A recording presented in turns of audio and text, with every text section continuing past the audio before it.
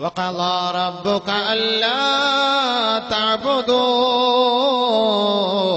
إلا إياه وبالوالدين إحسانا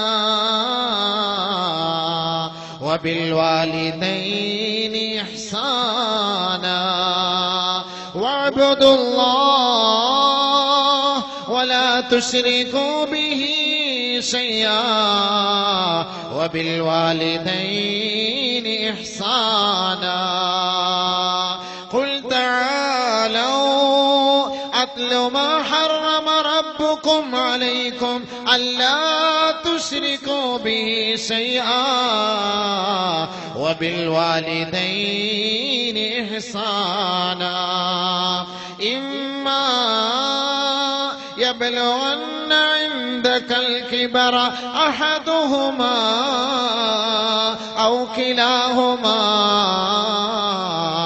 فلا تقل لهما أف فلا تنهرهما وقل لهما قولا كريما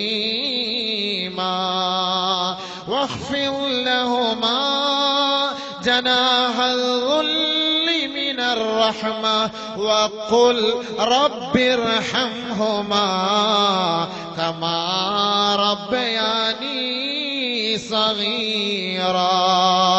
ലോകത്ത് ഏത് പ്രത്യയ ശാസ്ത്രമാണ് ഒരു ഉപ്പയോടും ഒരു ഉമ്മയോടുമുള്ള മഹത്വം പഠിപ്പിച്ചു കൊടുക്കുന്നത്? 1ാം ക്ലാസ് മുതൽ 12ാം ക്ലാസ് വരെ ഹൈടെക് സംവിധാനമുള്ള ആധുനിക കോളേജുകളിൽ പോയി പഠിക്കുന്ന പഠിതാക്കളെ, ഏതെങ്കിലും ഒരു പാഠപുസ്തകത്തിന്റെ അധ്യായത്തിൽ നിന്റെ ഉപ്പയുടെ ഉത്തരവാദിത്വം എന്തെന്ന് പഠിപ്പിക്കാറുണ്ടോ? നിന്റെ ഉമ്മയുടെ ഉത്തരവാദിത്വം എന്തെന്ന് പഠിപ്പിക്കാറുണ്ടോ?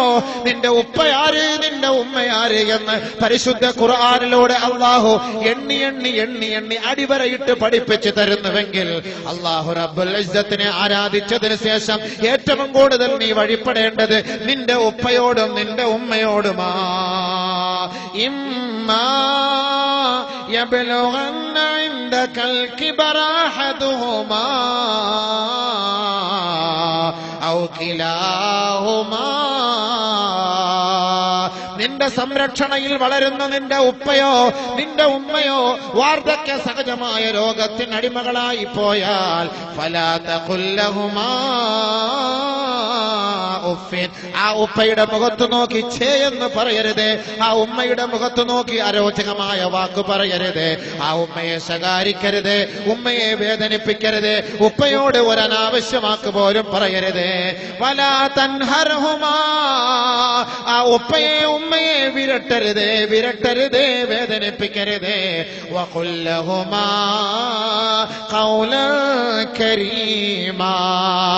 മാന്യമായ വർത്തമാനമല്ലാതെ, മാന്യമായ സംസാരമല്ലാതെ, കാരുണ്യത്തിന്റെ വാക്കല്ലാതെ ആ ഉപ്പയോടും ഉമ്മയോടും നീ സംസാരിക്കരുത്.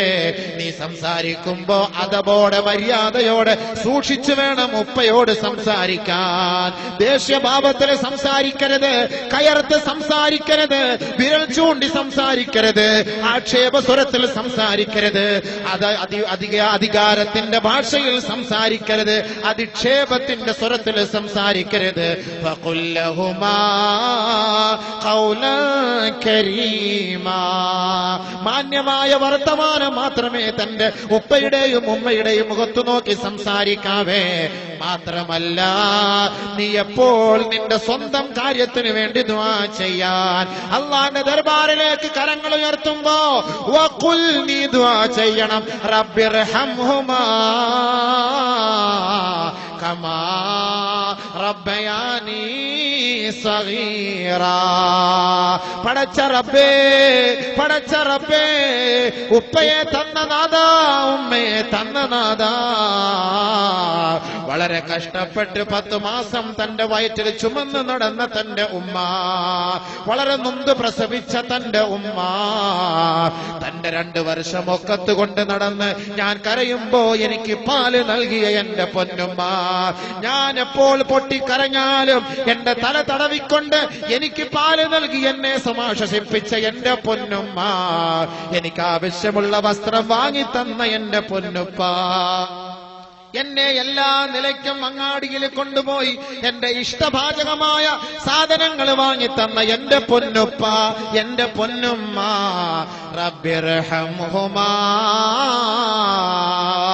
ആ ഉപ്പയ്ക്ക് നീ കരുണ ചെയ്യണമേ, ആ ഉമ്മയ്ക്ക് നീ കരുണ ചെയ്യണമേ, കമാ റബ്ബയാനി സഗീറാ, എന്റെ ശൈശവത്തിൽ എന്നോട് കരുണ കാട്ടിയതുപോലെ, എന്റെ കൗമാരത്തിൽ എന്നോട് കരുണ കാട്ടിയതുപോലെ, എന്റെ യൗവനത്തിൽ എന്നെ സഹായിച്ചതുപോലെ എന്റെ ഉമ്മയോടും ഉപ്പയോടും നീ കരുണ കാട്ടണമേ റബ്ബേ എന്ന് ഓരോ മക്കളും തന്റെ ഉപ്പാക്കും ഉമ്മാക്കും വേണ്ടി ദുആ ചെയ്യണമെന്ന് പരിശുദ്ധ ഖുർആൻ അക്കമിട്ട് അടിവരയിട്ട് പഠിപ്പിക്കുകയാ. ലോകത്ത് ഏത് പ്രത്യയ ശാസ്ത്രമാണിത് പഠിപ്പിച്ചു കൊടുക്കുക? ഈ സത്യത്തിന്റെ വഴികളെ സ്വീകരിക്കുവിൻ മക്കളെ, സ്വീകരിക്കുവിൻ മക്കളെ.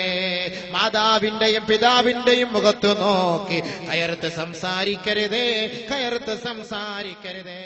ആയിഷ റളിയല്ലാഹു